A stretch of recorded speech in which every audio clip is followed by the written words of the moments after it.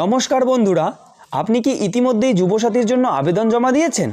তাহলে এই ভিডিওটি স্কিপ না করে শেষ পর্যন্ত অবশ্যই দেখুন, কারণ বর্তমানে অনেক আবেদন শুধুমাত্র ছোট ছোট ভুলের জন্য রিজেক্ট হয়ে যাচ্ছে।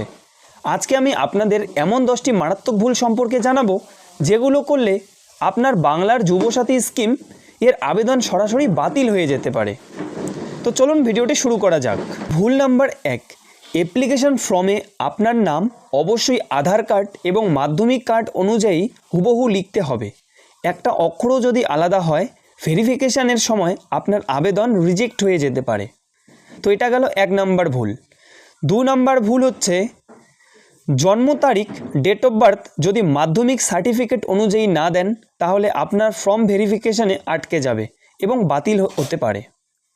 3 নাম্বার ভুল হচ্ছে ব্যাঙ্ক অ্যাকাউন্ট যদি অ্যাপ্লিকেন্টের নিজের নামে না থাকে, তাহলে গভর্নমেন্টে আপনার অ্যাকাউন্টে টাকা ট্রান্সফার করবে না।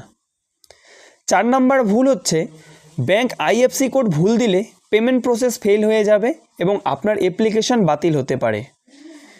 5 নাম্বার ভুল হচ্ছে আধার কার্ডের সাথে মোবাইল নাম্বার যদি আপনাদের না থাকে লিঙ্ক, তাহলে ওটিপি ভেরিফিকেশন কমপ্লিট হবে না, ফলে ফর্ম রিজেক্ট হয়ে যাবে। তো আধার কার্ডের সাথে মোবাইল নাম্বারটি সবাই লিঙ্ক করিয়ে রাখবেন, না হলে আপনাদের ফর্মটি রিজেক্ট হতে পারে।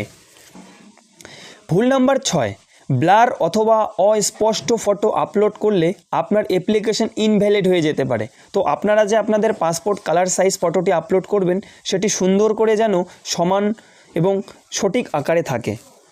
তো ভুল নাম্বার 7, সিগনেচার আপলোড না করলে ফর্ম অটোমেটিকলি রিজেক্ট হয়ে যেতে পারে। তো সুন্দর করে একটি সাদা কাগজে সই করবেন, সইটাকে ফটো করবেন, তারপর সুন্দর করে সাইজটাকে মেজারমেন্ট করে আপলোড করবেন। তারপর ভুল নাম্বার 8, একাধিকবার অ্যাপ্লাই করলে বা ডুপ্লিকেট অ্যাপ্লিকেশন করলে সব অ্যাপ্লিকেশন বাতিল হয়ে যেতে পারে। ভুল নাম্বার 9, পার্মানেন্ট অ্যাড্রেস যদি আধার কার্ডের সাথে ম্যাচ না করে, তাহলে ভেরিফিকেশানে সমস্যা হবে। ভুল নাম্বার 10, ফর্ম ফিল আপ করার পর ফাইনাল সাবমিট না করলে আপনার অ্যাপ্লিকেশন পেন্ডিং থেকে যাবে এবং পেন্ডিং থেকে রিজেক্ট হয়ে যেতে পারে। তো এটাই ছিল 10টি ভুল। তাই আবেদন করার আগে অবশ্যই এই 10টি ভুল এড়িয়ে চলুন, না হলে আপনার যুবসাথীর আবেদন বাতিল হয়ে যেতে পারে। ভিডিওটি ভালো লাগলে লাইক, শেয়ার এবং চ্যানেলটি সাবস্ক্রাইব করতে ভুলবেন না। ধন্যবাদ।